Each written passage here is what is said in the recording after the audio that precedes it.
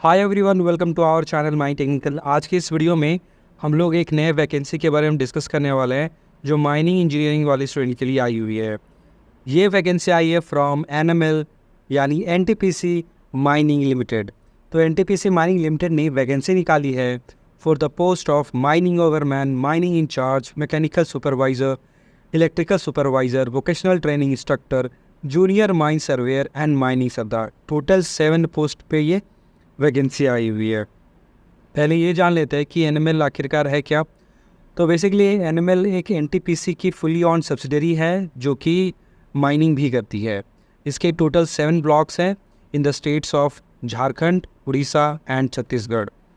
इन 7 ब्लॉकों में सिर्फ 5 ब्लॉक ही ऑपरेशनल है जो कि है पाकरी, बरवाडी, छट्टी बरिया टू एंड छट्टी बरिया टू साउथ, करेंडारी, तलाई पलाई, डुलुंगा। बाकी बादाम एंड नॉर्थ धाडू जो है वो ऑपरेशनल नहीं है। सीट की बात करें तो टोटल देख सकते हैं पोस्ट वाइज सीट्स कितनी है।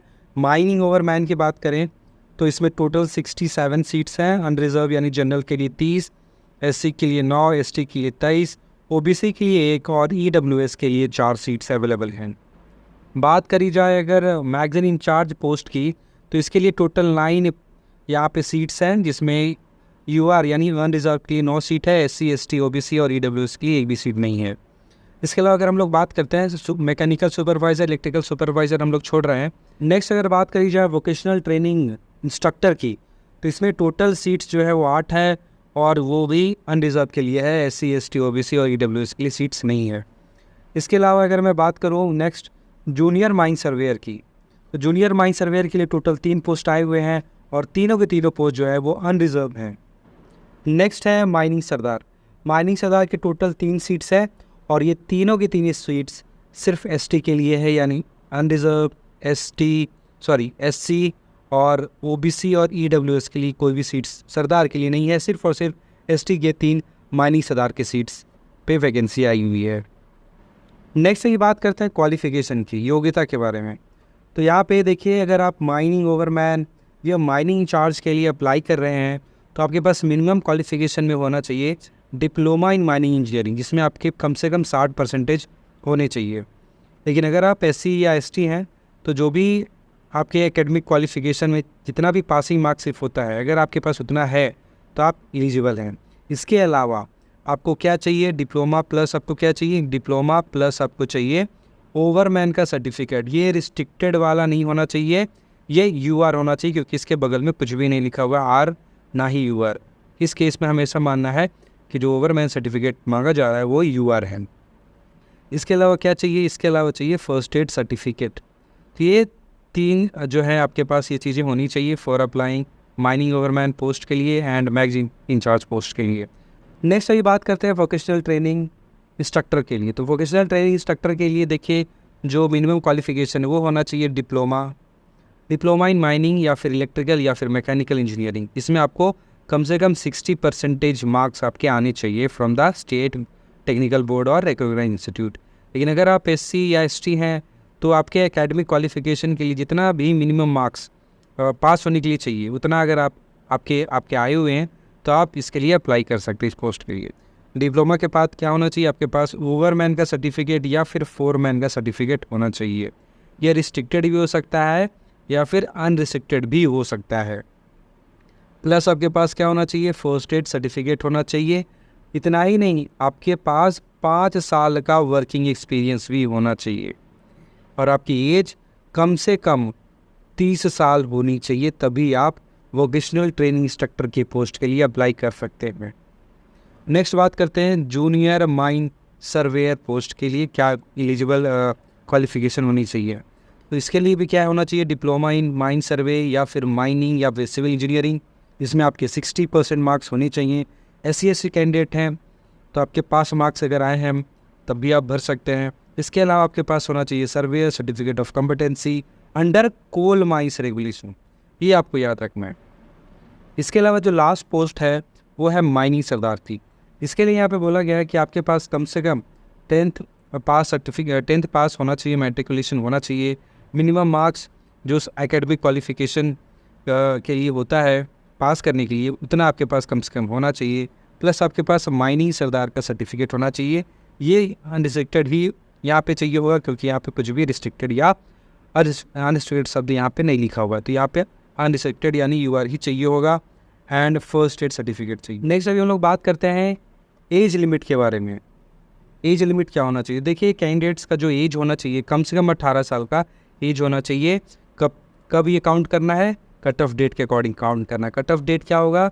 जो इस पोस्ट के लिए जो एप्लीकेशन का जो लास्ट डेट होगा, ठीक है, ऑनलाइन सबमिशन का जो लास्ट डेट होगा, तो उस डेट को ही कट ऑफ डेट मानना है, और उसके डेट के कैलकुलेशन के हिसाब से आपका एज कम से कम 18 साल होना चाहिए। पर अगर आप वोकेशनल ट्रेनिंग इंस्ट्रक्टर के लिए अप्लाई कर रहे हैं तो आपकी एज कम से कम 30 साल होनी चाहिए, ठीक है।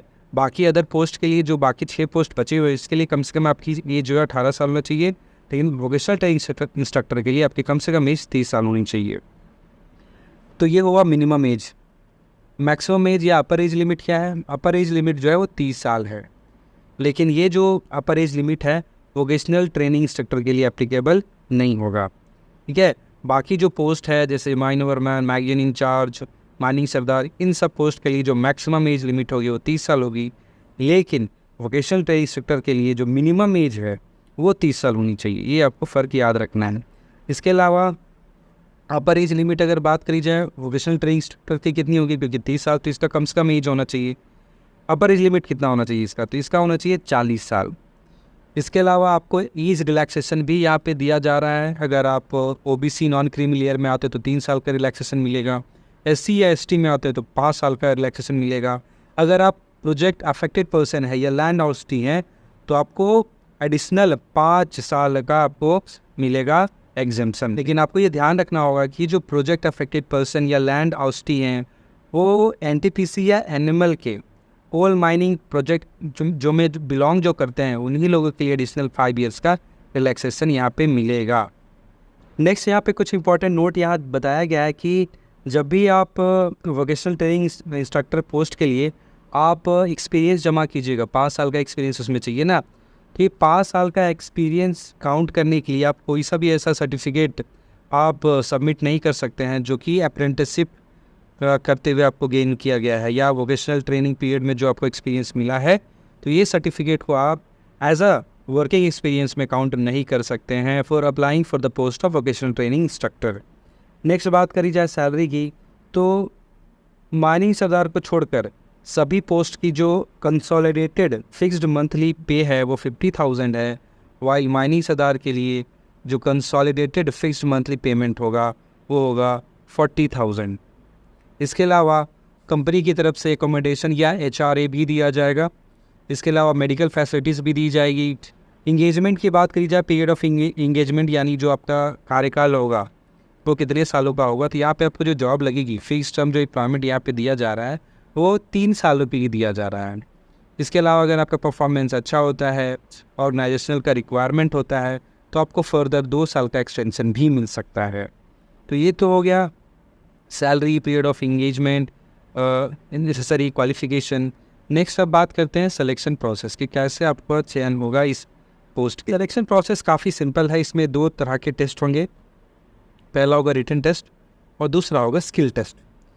रिटन टेस्ट जो होगा वो कंप्यूटर बेस्ड टेस्ट होगा, ऑनलाइन बेस्ड एग्जामिनेशन होगा, जिसमें आपको जनरल नॉलेज के क्वेश्चंस, इंग्लिश के क्वेश्चंस, क्वांटिटेटिव एप्टीट्यूड यानी मैथ्स, रीजनिंग और आपके जो रिस्पेक्टिव डिसिप्लिन है उसके हिसाब से जो है सवाल इस पर पूछे जाएंगे।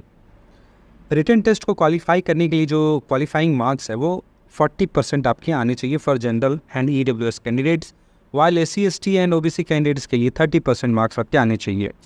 जो रिटन टेस्ट होगा जो कि CBT मोड पे होगा उसमें टोटल 120 क्वेश्चंस होंगे। 120 क्वेश्चन होंगे, 2 घंटे का आपको टाइम मिलेगा और इस 120 क्वेश्चन को आप 40 + 80 के हिसाब से स्प्लिट कर सकते हैं। ये 40 मार्क्स के क्वेश्चन आपको इंग्लिश, मैथ्स, रीजनिंग और GK से पूछे जाएंगे। बाकी 80 जो क्वेश्चंस हैं वो आपके रिस्पेक्टिव ट्रेड या डिसिप्लिन से आएंगे, यानी अगर माइनिंग से अप्लाई कर रहे हैं तो माइनिंग या सर्वे से अप्लाई कर रहे हैं तो कि सर्वे से बाकी 80 क्वेश्चन आएंगे। 40 क्वेश्चन जो है आपके English, maths, GK and reasoning से क्वेश्चंस आएंगे। इसके अलावा इसे बताया गया कि हर क्वेश्चंस के लिए आपको +2 मार्क्स मिलेगा और हर गलत आंसर के लिए आपसे 0.5 मार्क्स काटा जाएगा। Based on performance in written test, जो भी कैंडिडेट जो है अच्छा परफॉर्म करेंगे रिटन टेस्ट में, उनको शॉर्ट लिस्ट किया जाएगा डिसिप्लिन वाइज और category wise in the order of merit. Call ratio जो होगा वो 1:5 होगा, यानी एक सीट के लिए 5 स्टूडेंट के लिए 5 कैंडिडेट्स को बुलाया जाएगा फॉर द स्किल टेस्ट। लेकिन जो स्किल टेस्ट होगा वो सिर्फ और सिर्फ क्वालिफाइंग नेचर का है, ठीक है, सिर्फ और सिर्फ ये क्वालिफाइंग नेचर का होगा। मेन आपको जो ध्यान देना है वो रिटन टेस्ट पे ही ध्यान देना है, क्योंकि स्किल टेस्ट जो होगा सिर्फ और सिर्फ क्वालिफाइंग नेचर का होता है। स्किल टेस्ट में जो क्वालिफाइंग मार्क्स है वो है 40%, अगर आप जनरल या EWS कैटेगरी में आते हैं। ST SC या OBC में आते हैं तो आपको 30% यहाँ पे क्वालिफाइंग मार्क्स है। जो फाइनल मेरिट लिस्ट बनेगा वो सिर्फ और सिर्फ CBT के आधार पे बनेगा, और ये उन लोगों का फाइनल मेरिट लिस्ट तैयार किया जाएगा जिन्होंने स्किल टेस्ट को क्वालिफाई किया है। यानी रिटन टेस्ट में आपको अच्छा परफॉर्मेंस लाना होगा, प्लस आपको स्किल टेस्ट क्वालिफाई भी करना होगा। अगर आप इस CBT में अच्छा परफॉर्मेंस ला दिया, अच्छा नंबर लाए, लेकिन फिर भी अगर आप स्किल टेस्ट में क्वालिफाई नहीं कर पाते तो आपका जो कितना भी अच्छा मार्क्स ले आए आपको काउंट नहीं किया जाएगा, आपका सिलेक्शन नहीं होगा। इसलिए आपको ध्यान देना है CBT पे, आपका सबसे ज़्यादा जो है ध्यान आपका CBT पे होना चाहिए, पर एट द सेम टाइम आपको ये भी ध्यान देना होगा कि स्किल टेस्ट को आप क्वालिफाई भी कर ले। बात अगर टेस्ट सेंटर्स की करें तो जो फर्स्ट स्टेज है CBT का रिटन टेस्ट जो है वो सेंटर उसके होंगे रांची और उड़ीसा में। रांची झारखंड में आता है, उड़ीसा के भुवनेश्वर में आपको सेंटर चूज़ करना है। बाकी अगर आपने फर्स्ट स्टेज क्लियर कर लिया है तो फिर आपका सेकंड स्टेज जो कि स्किल टेस्ट है उसके लिए किसी भी coal mining project of NTPC या एनिमल इन झारखंड या उड़ीसा में आपको बुलाया जा सकता है, तो उसके लिए आपको नोटिफाई कर दिया जाएगा। तो ये हुआ टेस्ट सेंटर्स के बारे में। इसके अलावा कुछ और भी बातें के बारे में यहाँ पे मेंशन किया गया है, इंपॉर्टेंट नोट यहाँ पे दिया गया है कि एक कैंडिडेट सिर्फ एक ही पोस्ट के लिए अप्लाई कर सकता है। आप ऐसा नहीं कर सकते हैं कि आपके पास डिप्लोमा इन माइनिंग इंजीनियरिंग है, प्लस आपके पास ओवरमैन सर्टिफिकेट भी है, फर्स्ट एड भी, एक्सपीरियंस भी है, तो आप वोकेशनल ट्रेनिंग इंस्ट्रक्टर के लिए अप्लाई कर दिए हैं, ओवरमैन के लिए भी, माइनिंग इंचार्ज की मैगजीन इंचार्ज के लिए भी अप्लाई कर दिए हैं, और सरदार के लिए भी अप्लाई कर दिए हैं। ऐसा नहीं हो सकता, 1 कैंडिडेट 1 पोस्ट सिर्फ यहाँ पे ये लागू होगा।